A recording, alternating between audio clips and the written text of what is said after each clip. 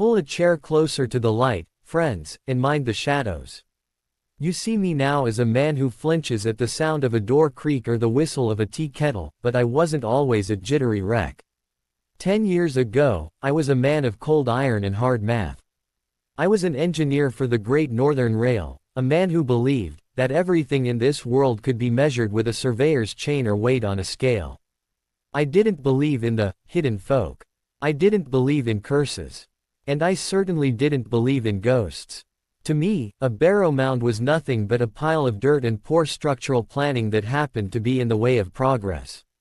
But then came the project at Blackwood Ridge, and the day the earth vomited up things that logic cannot swallow. The year was 1895, and the rail was pushing north through the Blackwood Valley. It was a miserable stretch of land, mostly peat bogs and jagged limestone ridges that seemed to grow out of the earth like rotted teeth. At the center of our planned route sat the cairn of the Crow, a massive, unnaturally symmetrical Barrow Mound. The locals wouldn't go near it. They said it was a hollow place, a cork in a bottle that was never meant to be opened. They spoke of the unfinished men who dwelt inside, spirits of a tribe so ancient they had forgotten their own names. I laughed at them. I stood on the porch of the village alehouse and told them that their ghosts were nothing more than swamp gas and the groaning of limestone caverns. The only thing inside that hill, I told them, is dirt and perhaps a few bits of rusted bronze. And by the end of the week, I'll have a locomotive steaming right through the middle of it. I had a crew of 40 men, a dozen crates of high-grade blasting powder, and a heart made of pure, arrogant certainty. We spent 3 days surveying the mound. It was a marvel of ancient engineering, I'll give it that. The stones weren't just piled, they were interlocked in a way that defied the settling of the earth. As we cleared the brush, we found carvings, swirls and jagged lines that looked less like art, and more like a map of the veins inside a human arm. "It's breathing," Mr. Thorne, my lead foreman, Big Mick, said one morning. He was a man who had survived 3 mine collapses, but he was pale as a sheet. "Don't be a fool, Mick," I snapped. "I'm telling you, sir, put your ear to the stone.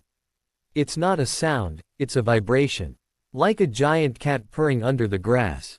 I did put my ear to it, just to prove him wrong. I didn't hear purring. I heard a low, subsonic thrum, the kind of sound that makes the fluid in your inner ear vibrate until you feel nauseous. I told myself it was the wind rushing through subterranean vents. I ordered the drilling to begin. We were going to blow the mound open. Instead of digging a tunnel, which would take months, my plan was to use a massive, controlled explosion to split the cairn like a walnut, allowing us to simply clear the debris and lay the tracks through the gap. The morning of the blast was unnaturally still. Not a bird sang in the Blackwood Valley. The air felt thick, like we were standing at the bottom of a deep lake. We packed 12 charges of black powder into the drill holes we'd sunk into the crown of the barrow. I stood at the detonator, 200 yards back, feeling the weight of the plunger in my hand. I felt like a king about to break the crown of an old world to make room for the new. "Clear the area," I shouted. I pushed the plunger down. The earth didn't just shake, it screamed. That's the only way to describe the sound. It wasn't the boom of powder. It was a high-pitched, metallic shriek that tore through the valley. The Barrow Mound didn't crumble. It erupted. A pillar of black dust and gray vapor shot 500 feet into the air. But it wasn't just dust. As the mound blew open, I saw things flying out of the gap. Long, translucent streamers of white mist that moved against the wind. They looked like ribbons of silk, miles long, unraveling from a spool. And then, the silence returned. A silence so absolute it felt like I'd gone deaf. "Mick," I called out. My voice sounded thin, as if the air itself had lost its ability to carry sound. We walked toward the ruin of the mound. The explosion had worked, too well. The hill had been split perfectly down the center, creating a jagged canyon of stone and earth. But the air inside that canyon, it was wrong. It was heavy. Every step I took felt like I was wading through waist-deep water. My skin began to prickle, the way it does before a lightning strike. And then I saw them. They weren't ghosts, like you see in the storybooks, white sheets with hollow eyes. No, these were far more terrifying. They were imprints. In the dust-heavy air of the canyon, I saw the shapes of men and women. They weren't floating, they were pressed into the air itself. It was as if the explosion had released a massive amount of pressurized time. I could see a warrior with a spear, his face caught in a permanent snarl, but he was translucent, like a reflection on a windowpane.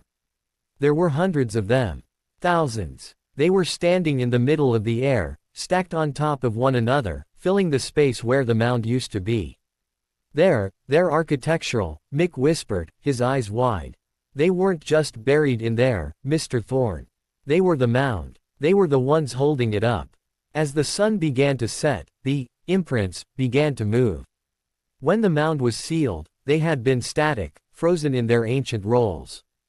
But now that the bottle was broken, they were leaking out. I watched a woman in a tattered, ghostly kirtle walk right through Big Mick. He didn't scream. He just fell to his knees, his skin turning a sickly, frosted blue. He began to shiver violently, his teeth chattering so hard they cracked. "They're cold," he gasped. "Sir, they're so cold, they're taking the heat, they're trying to refill themselves." I realized then that these ghosts weren't looking for revenge. They were looking for substance. They had been nothing for thousands of years, and now that they were free, they were hungry for the something of the living. The air in the valley began to drop in temperature. My thermometer, which I kept in my vest, shattered. The mercury didn't just fall, it froze solid and burst the glass. The shapes were everywhere now. They were flowing out of the barrow in a relentless, silent stream. They didn't have voices, but they had a weight. As they passed through the camp, the tents collapsed. Not because of wind, but because the ghosts were so heavy with age that the fabric couldn't support the air they occupied. I knew we had to seal it. I didn't believe in magic, but I believed in pressure. If we didn't close that gap, the entire valley would be drained of its heat, turned into a frozen graveyard by the weight of the dead.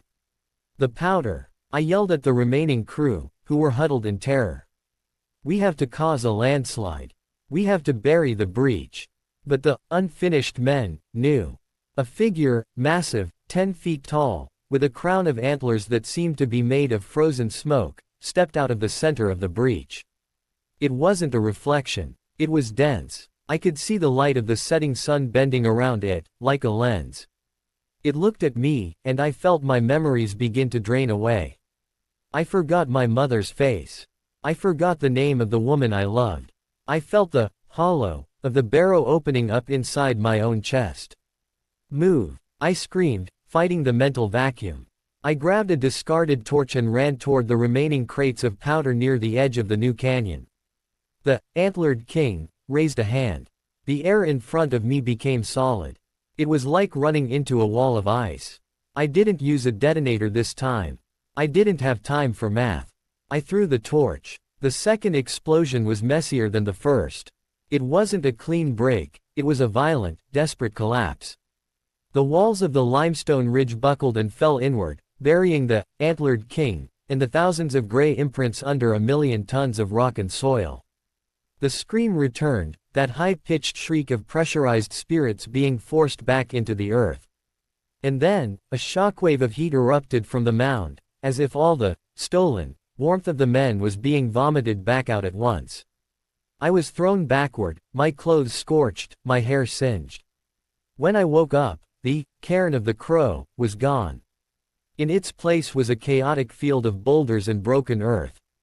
The air was normal. The birds were starting to chirp in the distance, sensing the end of the hollow time. But Big Mick was dead. He hadn't been hit by a rock. He had simply been emptied. He looked like a husk, a man-shaped piece of parchment, his eyes wide and vacant, as if everything that made him him had been sucked out through his pores. I quit the Great Northern Rail the next day. I didn't file a report. I didn't explain why I'd wasted 12 crates of powder and killed my best foreman. I just walked away. I live here now, in this little house by the sea, as far from the hollow hills as I can get. People ask me why I won't go into cellars.